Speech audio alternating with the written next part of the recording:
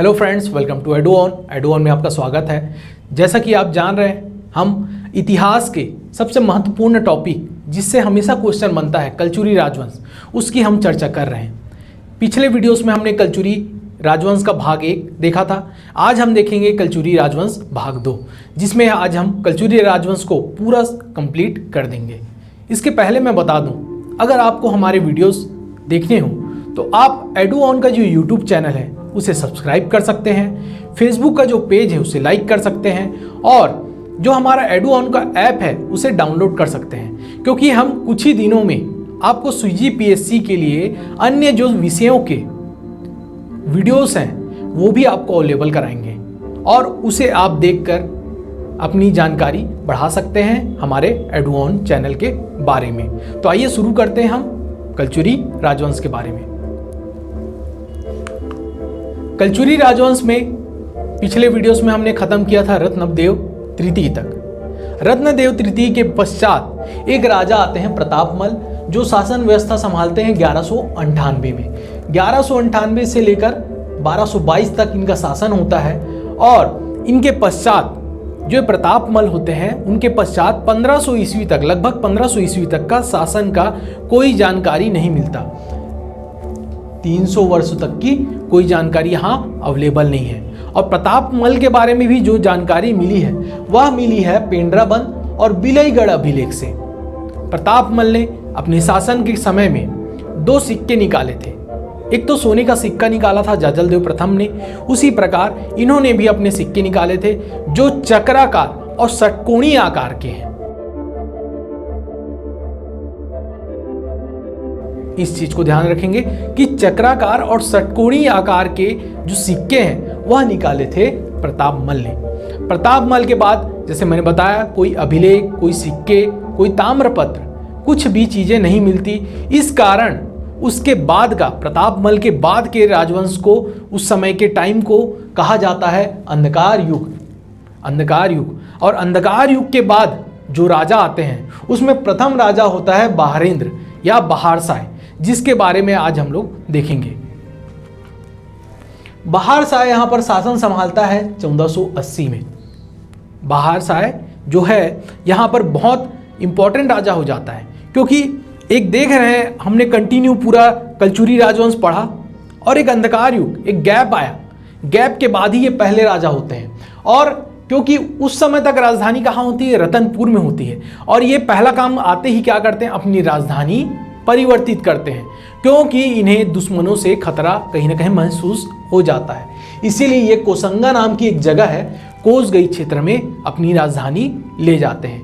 दूसरा काम क्या करते हैं कि रतनपुर महामाया का जो मंदिर है उसका सभागृह है, उसका जीर्णोद्धार इनके द्वारा ही कराया जाता है। और बहरैया तालाब जो है रतनपुर में, उसका निर्माण भी इनके द्वारा कराया जाता है।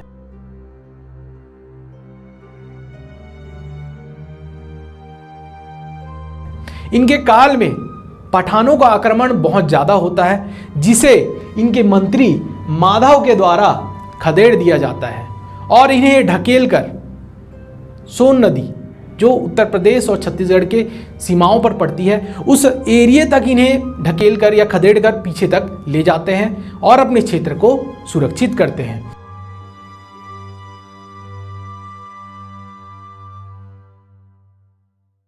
बहारेंद्र शाह के बारे में एक बात और आती है कि रतनपुर किले में जो गज किला है, जो रतनपुर में गज किला है, उसमें एक जगन्नाथ मंदिर आपको देखने मिलेगा। उस जगन्नाथ मंदिर का निर्माण बहारेंद्र शाह ने करवाया था।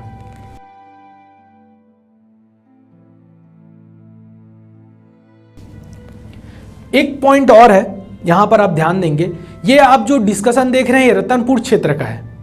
एक लहुरी शाखा भी बनी थी, रायपुर क्षेत्र में एक लहुरी शाखा बनी थी। वह इन्हीं के समय में या इन्हीं के काल में डिवाइड हुआ था या विभाजित हुआ था। इस पॉइंट को याद रखिएगा। आगे जब यह रतनपुर के कलचुरियों का जब मैं समाप्त करूंगा राजाओं का, उसके बाद कलचुरी जो रायपुर क्षेत्र में बसे उसकी चर्चा करेंगे। बट यहां पर बस एक पॉइंट याद रखेंगे कि विभाजित इनके समय में हो चुका था। बहारेंद्र शाह के बाद जो राजा आते हैं वह आते हैं कल्याण शाह। कल्याण साय का शासन होता है 1544 से लेकर 1581 तक, और यह मुगल दरबार में, जैसे कि आप जान रहे हैं कि हम लोग बात कौन सी कर रहे हैं, 15वीं शताब्दी 14वीं शताब्दी के आसपास की बात कर रहे हैं। और इस समय क्या हुआ था, अगर आप याद होगा, मुगल काल में चलते हैं हम थोड़ा सा, तो 1526 में पानीपत का प्रथम युद्ध हो चुका था, जहां पर बाबर ने भारत में आक्रमण कर दिया था और मुगल शासन व्यवस्था की शुरुआत कर दी थी। बाबर के बाद उनका पुत्र आता है हुमायूं, और हुमायूं के बाद अकबर का जन्म होता है 1542 में। 1542 में अकबर का जन्म हो जाता है, और उसी समय के दौरान कल्याण साय को मुगल दरबार में बुलाया जाता है, क्योंकि जो कल्याण साय हैं उनकी जमाबंदी व्यवस्था बहुत फेमस थी, बहुत प्रसिद्ध थी, उनका दूर दूर तक नाम था। जैसे अकबर के दरबार में जो नवरत्न होते हैं उसमें टोडरमल था, उसी प्रकार छत्तीसगढ़ में छत्तीसगढ़ का टोडरमल भी इसे कह सकते हैं, क्योंकि इसकी जमाबंदी व्यवस्था, बंदोबस्त व्यवस्था जो थी वह प्रसिद्ध थी। इसी प्रकार हम देख रहे हैं कि मुगल दरबार, मैं मुगल दरबार का नाम ले रहा हूं, और ये किसके शासन में जाते हैं, इसके लिए इतिहासकारों में विभिन्न विभिन्न मत हैं, अलग अलग मत हैं। कि कुछ कहते हैं कि अकबर के दरबार में थे, और एक पुस्तक आई थी मेमोयर ऑफ जहांगीर, तो इस पुस्तक के अनुसार यह माना जाता है कि ये कल्याण साय जी जो हैं ये जहांगीर के दरबार में 8 वर्षों तक रहे थे, और अगर इनके समय के देख के जाएं तो यह लगता है कि ये अकबर के दरबार में रहे होंगे।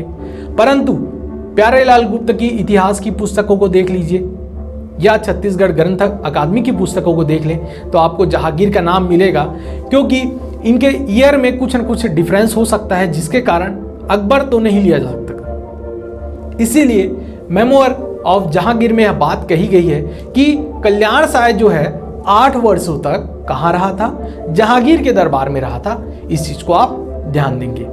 कल्याण साय का एक भाई होता है, कल्याण साय का एक भाई होता है जिसका नाम होता है गोपाल राय, या इसे गोपाल वीर के नाम से जानते हैं। इनके बारे में एक छोटी सी कहानी है।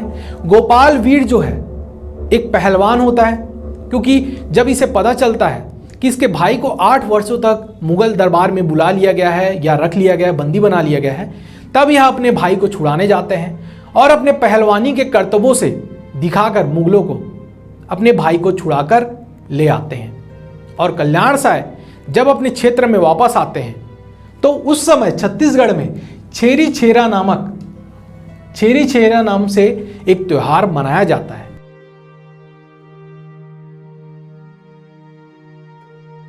तो ये किसकी वापसी में मनाया गया? कल्याण साय की वापसी में मनाया गया। और यह सब बातें किस में मिलती है हमें? गोपल्ला गीत में।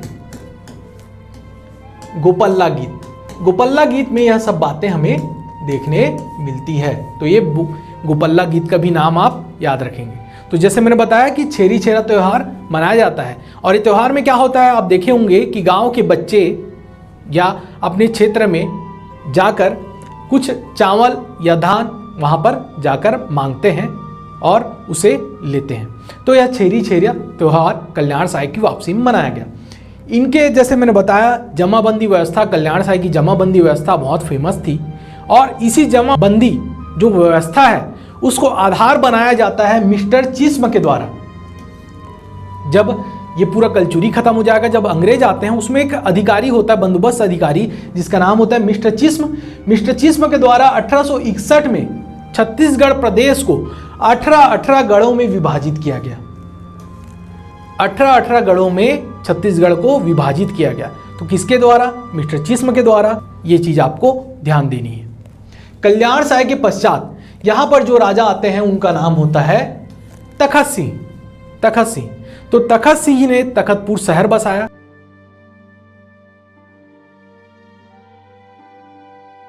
और इनके 2 भाई होते हैं, उसको ध्यान देंगे आप। एक होता है सिरदार सिंह, दूसरा होता है रघुनाथ सिंह। तो ये 2 भाइयों का नाम आप याद रखेंगे, क्योंकि आगे इससे रिलेटेड आपको पॉइंट मिलेगा। ठीक। तो तखत तखत सिंह के समय में यह होता है कि इसका कोई पुत्र नहीं होता है, यानी संतान होता है। तो यह एक बड़गैया ब्राह्मण जो इनके यहाँ होता है उनका पुत्र यह गोद ले लेता है, जिसका नाम होता है राज सिंह, और राज सिंह को यह अपना उत्तराधिकारी बनाता है। तो राज सिंह के बारे में देखते हैं। राज सिंह यहाँ पर शासन संभालता है 1689 के आसपास, और राज सिंह शासन संभालने के पश्चात इन्हें जब यह जानकारी होती है कि यह ब्राह्मण बड़गैया ब्राह्मण का पुत्र है और राजपुत्र नहीं है, जब यह जानकारी मिलती है तो इस जानकारी से इन्हें बहुत आत्मग्लानि होती है। और इसी समय एक दुख की बात और होती है कि राज सिंह का जो पुत्र होता है, राज सिंह का जो पुत्र होता है शिवराज सिंह, इसकी भी मृत्यु हो जाती है, शिवराज सिंह की भी मृत्यु हो जाती है। तो ये दोनों चीजों का दुख इसे बहुत होता है कि एक तो यह राजपुत्र नहीं है, दूसरी चीज इसके पुत्र की मृत्यु हो जाती है। इस कारण से यह बहुत दुख में चला जाता है और उस क्षेत्र में बहुत अस्त व्यस्त माहौल बन जाता है, या एक तमाशा, एक नाटकीय स्थिति हमें देखने मिलती है। इस नाटकीय या तमाशा वाली जो स्थिति बनती है उसका बहुत अच्छा वर्णन किया है गोपाल मिश्र ने, जो इसका एक दरबारी होता है गोपाल मिश्र। उसने अपनी पुस्तक खूब तमाशा में इन सब चीजों का वर्णन किया है। और इस खूब तमाशा में एक मुगल कालीन राजा के बारे में डिस्कस किया है या वर्णन किया है। वह राजा होते हैं औरंगजेब, क्योंकि जैसे जान रहे हैं कि ये तो छत्तीसगढ़ का क्षेत्र है, भारत में तो मुगल काल है, तो मुगल काल में कौन है? औरंगजेब। तो औरंगजेब के बारे में इन्होंने अपने खूब तमाशा पुस्तक में लिखा है। राज सिंह के समय में एक बादल महल बनाया जाता है। राज सिंह जो है अपने समय में बादल महल बनवाता है अपनी रानी कजरा देवी की याद में, कजरा देवी की याद में या उनके नाम पर बादल महल का निर्माण कराता है। यह बादल महल 7 मंजिला था उस समय। आज के टाइम में 1 ही 2 मंजिल बची हुई है, टूट फूट गई है। इस चित्र में देख लीजिए, बहुत ही बिखरा हुआ माहौल है वहां।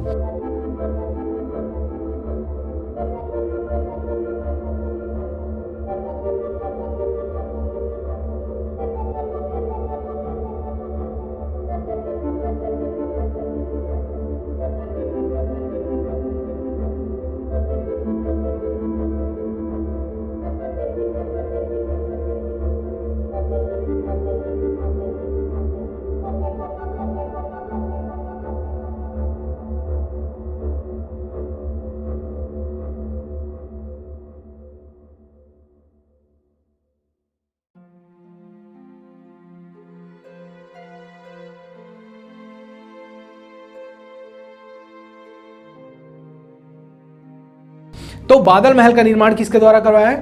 राज सिंह के द्वारा।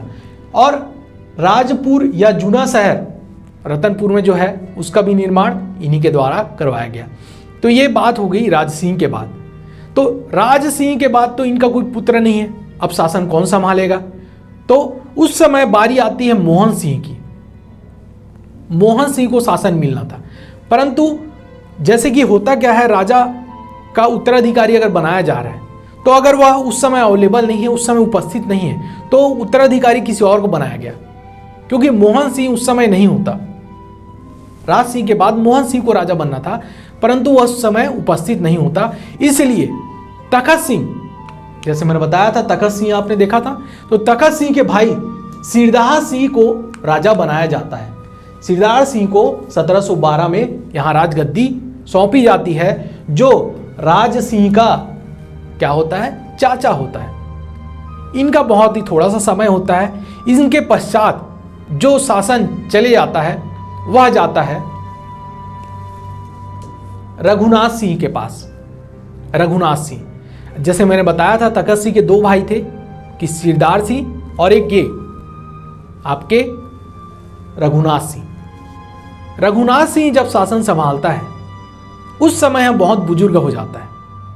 बुजुर्ग होने के कारण जैसे आप देखेंगे तो इस 60 वर्ष की आयु में गद्दी संभालता है, 60 वर्ष की आयु में गद्दी संभालता है। और बुजुर्ग होने के कारण यह बहुत अपनी राजगद्दी संभालने में असमर्थ होता है, अपनी राजव्यवस्था में बहुत अवस्था फैला दिया रहता है। इसी कारण से इस मौके का फायदा उठाते हैं नागपुर के भोसला वंश के शासक। और एक जैसे मैंने बताया था मोहन सिंह के बारे में, तो वो जो मोहन सिंह है जिसे शासन व्यवस्था नहीं मिली थी, उस चीज का यह बदला लेने के लिए नागपुर के भोसला शासकों को यहाँ पर इस क्षेत्र में, रतनपुर के क्षेत्र में आक्रमण करने के लिए बुलाता है। और नागपुर के क्षेत्र में जब ये यहाँ से राजा को पर आक्रमण करता है, रघुनाथ सिंह जो है उन पर आक्रमण करता है, तो यह रघुनाथ सिंह अपनी रतनपुर के किले को नहीं संभाल पाता और यह पराजित हो जाता है।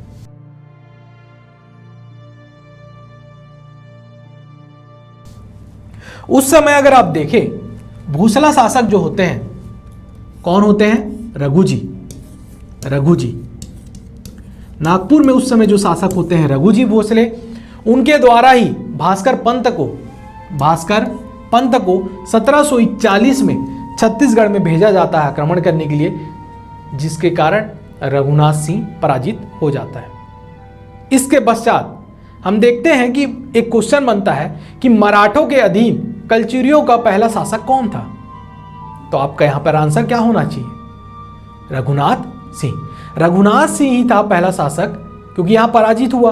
फिर भी क्या होता है कि जो भास्कर पंत है उसे राजगद्दी सौंपकर वापस अपने क्षेत्र नागपुर चला जाता है और कुछ समय पश्चात राजा बना दिया जाता है। फिर जब रघुनाथ सिंह यहाँ पर खत्म हो जाता है, जब उनकी मृत्यु हो जाती है, तब राजगद्दी दे दी जाती है मोहन सिंह को। जैसे मैंने बताया था कि मोहन सिंह एक गद्दार की भूमिका निभाता है, क्योंकि यह नागपुर के शासकों को रतनपुर में आक्रमण करने बुलाया रहता है, तो उसके परिणाम फलस्वरूप इसे राजा यहां बना दिया गया। और मराठों के अधीन अंतिम कलचुरी शासक, प्रथम कौन? रघुनाथ सिंह, और अंतिम कौन? मोहन सिंह। इसके पश्चात कलचुरी वंश, जो रतनपुर क्षेत्र का कलचुरी वंश है, यहां पर समाप्त हो जाता है। तो यहां तक हमने पूरा कलचुरी वंश जो है रतनपुर क्षेत्र का देख लिया। इसके पश्चात हम जो देखेंगे रायपुर के क्षेत्र में कलचुरियों का शासन कैसे रहा, उसके बारे में डिस्कस कर लेते हैं। पहली चीज, जैसे मैंने बताया था कि बहार शाह या बहारेंद्र शाह के समय में 14वीं शताब्दी में कलचुरी जो है दो भागों में विभाजित हो जाते हैं। एक तो रायपुर के क्षेत्र में चले जाते हैं और एक खुद रतनपुर के क्षेत्र में चले जाते हैं। रतनपुर का क्षेत्र बड़ा क्षेत्र है और रायपुर का क्षेत्र छोटा होता है, जिस कारण से उस क्षेत्र का नाम पड़ता है रायपुर की लहुरी शाखा। लहुरी का मतलब ही होता है छोटा, तो रायपुर की लहुरी शाखा वहां स्थापित होती है, जिसके बारे में थोड़ा सा हम इतिहासकारों के जो मत है उसे भी देख लेते हैं, क्योंकि वहां पे 2-3 अलग अलग राजाओं का राज होता है, जिसमें सबसे पहले आप नाम देखेंगे, एक रतनपुर के एक राजा होते हैं जगन्नाथ सिंह। जगन्नाथ सिंह के 2 पुत्र होते हैं, एक वीर सिंह, दूसरे देव सिंह। वीर सिंह को रतनपुर के क्षेत्र का 18 गढ़ मिलता है। 18 गढ़, बड़े बेटे होने के नाते इन्हें वीर सिंह को 18 गढ़ मिल जाते हैं, और छोटे बेटे को देव सिंह को शिवनाथ नदी के दक्षिण का 18 गढ़ देव सिंह देव को मिलता है। उत्तर का किसे मिलता है? उत्तर के क्षेत्र का वीर सिंह देव को और दक्षिण के क्षेत्र का देव सिंह देव को। तो यह माना जाता है कि देव सिंह देव कुछ समय के लिए रायपुर के क्षेत्र में राजपाट इन्होंने संभाला होगा। एक जानकारी और मिलती है जो खल्लारी शिलालेख से मिलती है। खल्लारी महासमुंद के क्षेत्र में अगर जाते हैं तो खल्लारी का क्षेत्र जो है वहाँ एक शिलालेख मिली है, जिससे यह जानकारी मिलती है कि खल्लारी को राजधानी बनाया गया था एक कलचुरी शासक लक्ष्मी देव के द्वारा। लक्ष्मी देव के द्वारा इस खल्लारी क्षेत्र को राजधानी बनाया गया था। उनका एक पुत्र होता है सिंघड़देव। सिंघड़देव ने छत्तीसगढ़ के जो शिवनाथ नदी के दक्षिण के क्षेत्र में 18 गढ़ थे, उन 18 गढ़ों को जीत लिया था। और 18 गढ़ों को जीतने के पश्चात रायपुर में अपने जो राजवंश है या जो उनका क्षेत्र है वहां तक खल्लारी से परिवर्तित करके रायपुर के क्षेत्र में लाता है। और यहां पर अपने पुत्र रामचंद्र को सत्ता संभालने देता है। तो यहां पर हम क्या देख रहे हैं, सिंहड़देव के पिता लक्ष्मीदेव और सिंहड़देव का पुत्र कौन, रामचंद्र। तो रामचंद्र जब यहां पर रायपुर की सत्ता संभालता है, इसके काल में एक युद्ध होता है इनका फणिनाग वंश के राजा भोड़िंग देव के साथ, और इस युद्ध में जो भोड़िंग देव है ये पराजित हो जाते हैं। इसके पश्चात रामदेव का जो पुत्र है जिसका नाम होता है ब्रह्मदेव, इन ब्रह्मदेव राय के नाम पर ही रायपुर शहर की स्थापना की जाती है। ये चीज आप याद रखेंगे। और ब्रह्मदेव के शासन काल में ही कुछ अच्छे मंदिरों का निर्माण होता है, जिसमें एक मंदिर है आपका हटकेश्वर मंदिर।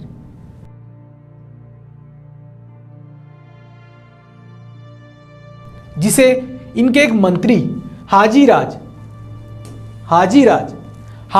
के द्वारा हटकेश्वर मंदिर जो खारून नदी के तट पर है उस मंदिर का निर्माण कराया जाता है। और इनके समय में ही, जैसे ये रायपुर क्षेत्र में तो रह रहे थे, परंतु आपने देखा कि खल्लारी क्षेत्र में भी इनके पिता उस समय रह चुके थे, इसीलिए उस क्षेत्र में एक देवपाल मोची के द्वारा नारायण मंदिर खल्लारी जो स्थान है उस जगह बनाया गया। तो नारायण मंदिर किसके द्वारा बनवाया गया, देवपाल मोची के द्वारा उस जगह खल्लारी में बनाया गया।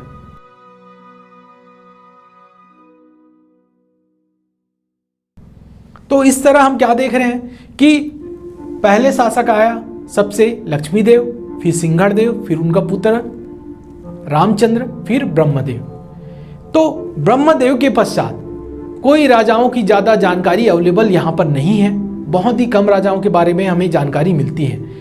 इसके पश्चात जो एक राजा के बारे में जानकारी मिलती है वह है अमर सिंह, जो रायपुर की कलचुरी शाखा के अंतिम राजा होते हैं। अंतिम राजा, इनके काल में ही बिंबाजी द्वितीय के द्वारा यहाँ आक्रमण होता है और रायपुर की जो कलचुरी शासन है उसे जीत लिया जाता है। और अब जो रायपुर की जो शाखा है वह भी किसके अधीन चली गई, मराठाओं के अधीन। तो इस तरह हम क्या देख रहे हैं, मराठाओं का शासन एक तो आपका रतनपुर के क्षेत्र में, दूसरा रायपुर के क्षेत्र में। तो दोनों क्षेत्रों में इनका शासन क्या हुआ, फैल गया। इस प्रकार से शासन फैलाते हुए जो कलचुरी शासन है बिल्कुल पूरी तरीके से समाप्त हो गया। एक अगर आप देखें तो रायपुर की जो कलचुरी शाखा है उसमें 16 राजाओं का भी वर्णन मिलता है। 16 राजाओं का कुछ पुस्तकों में आपको वर्णन देखने मिलेगा। इन 16 राजाओं में एक राजा होते हैं राजा जैत सिंह। जैसे मैंने बताया मराठाओं का तो शासन शुरू हो गया, तो राजा जैत सिंह जो होते हैं इनके शासन में दूधाधारी मठ का निर्माण करवाया जाता है। और उस समय भोसला वंश की यहाँ पर शासन होती है, मराठा वंश की शासन होती है। तो बालभद्र के द्वारा इस मंदिर का निर्माण कराया जाता है, दूधाधारी मठ का निर्माण कराया जाता है।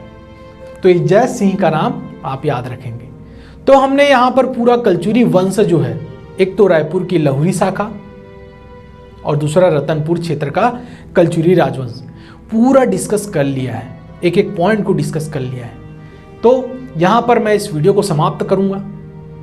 इसके बाद भी जो इनकी शासन व्यवस्था रही, गढ़ व्यवस्था रही, इनका जो बंदोबस्त व्यवस्था रही, जमाबंदी व्यवस्था रही, इन सब के बारे में चर्चा हम एक वीडियो में और लेकर आऊँगा, जिसमें हम ये सब चीज़ें डिस्कस करेंगे। तो यहाँ पर भाग 1 और ये भाग 2 जिसमें कलचुरी राजवंश पूरी तरीके से समाप्त हो जाता है। आप हमारे साथ इन सब वीडियोस के लिए हमेशा जुड़े रहिए, आगे भी हम आपके लिए वीडियोस लेके आते रहेंगे। धन्यवाद।